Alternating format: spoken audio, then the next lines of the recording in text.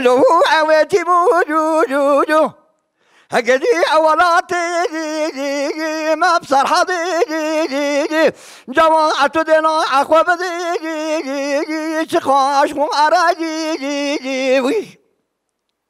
لو عواتي موجودو تاخماجي سقوبري ترى على طابيو على باربي هقدي عجبراني تاو جماعة لو عواتي موجودو جاء تاميو عمل تماجي كلا كاجي رندا الترو أنا باجي كلا كاجي بيسا على مسكينا جي هقدي عشرونا جي خبرنا أداجي لو أويتي موجودو جاء تاميو عمل تماجي برجيرا بشونو الكحيلو قرانا لو جو اخ بيدي يا خاي اخ ولا تو خرابي يا خاي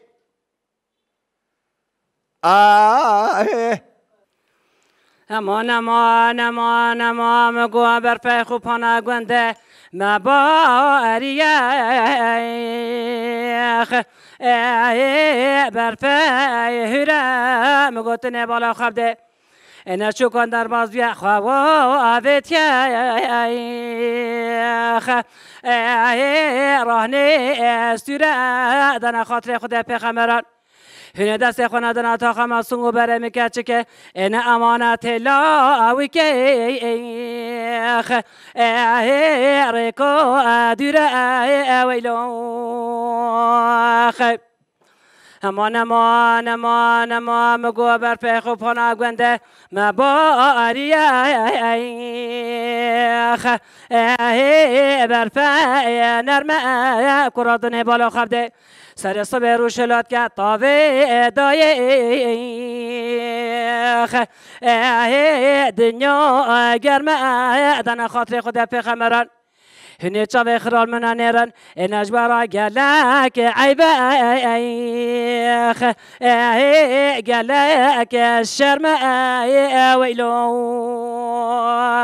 خیب Kadınların Yüzyılı kitabımız, dünyada ve Türkiye'de kadına ve kadın kimliğine karşı bu yüzyılda da devam eden ikincilleştirme, yok sayma, nesneleştirme, sömürü ve şiddet koşullarında kadınların geçmişten bugüne nasıl mücadele ettiğini, olan bitene dair düşüncelerini ve geleceğe dair öngörülerini anlamak, dinlemek ve duyurmak istediğimiz bir söyleşi serisinin ürünüdür. Ötekilerin gündemi internet sitemizde yayınladığımız bu söyleşilerde ulaşabildiğimiz kadınlara 4 düşünsel soru yönelttik ve yanıtlarını sınırlandırmadan, kısaltmadan olduğu şekliyle sitemizde yayınladık. Elinizdeki kitap bu söyleşilerin derlemesidir. Söyleşilere başlarken sadece aktivist veya siyasetçi kadınlara değil, toplumun her kesiminden kadınlara ulaşmaya çalıştık. E-posta ve sosyal medya yoluyla birçok kadın ve LGBTİ kurumuna sorularımızı gönderdik.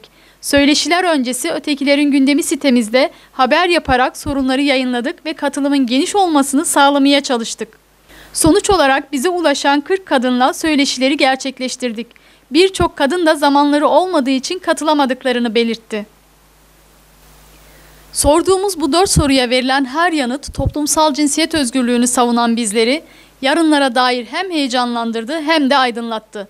Söyleşilerdeki kapsamlı anlatımlar, toplumsal dinamikler arasında kurulan bağlantılar, düşündürücü doğrudan tespitler, büyük bir mücadele tarihi ve pratiği çok seslilikle birlikte etkileyici bir bütünlük oluşturuyor. Okurken kadınların yaşamın her alanında düşünceleriyle, emekleriyle, sanatlarıyla ve özgür kadın kimlikleriyle toplumu dönüştürücü gücünü fark ediyoruz.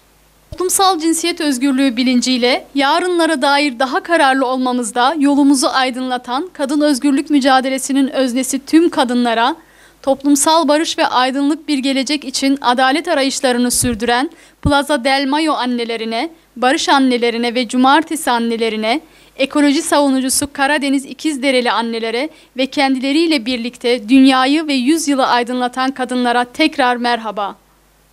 Söyleşileriyle bu kitabın ortaya çıkmasını sağlayan kadınlara, kitabın ön sözünü yazarak katkısını sunan Mukaddes Erdoğdu Çelik'e, düzenleme ve düzelti için Özlem Sezer'e, kapak tasarımını yapan Gülizar Ünver'e, Grafist Yayınlarına, Berdan Matbaası'na ve emeği geçen tüm arkadaşlarımıza teşekkür ediyoruz.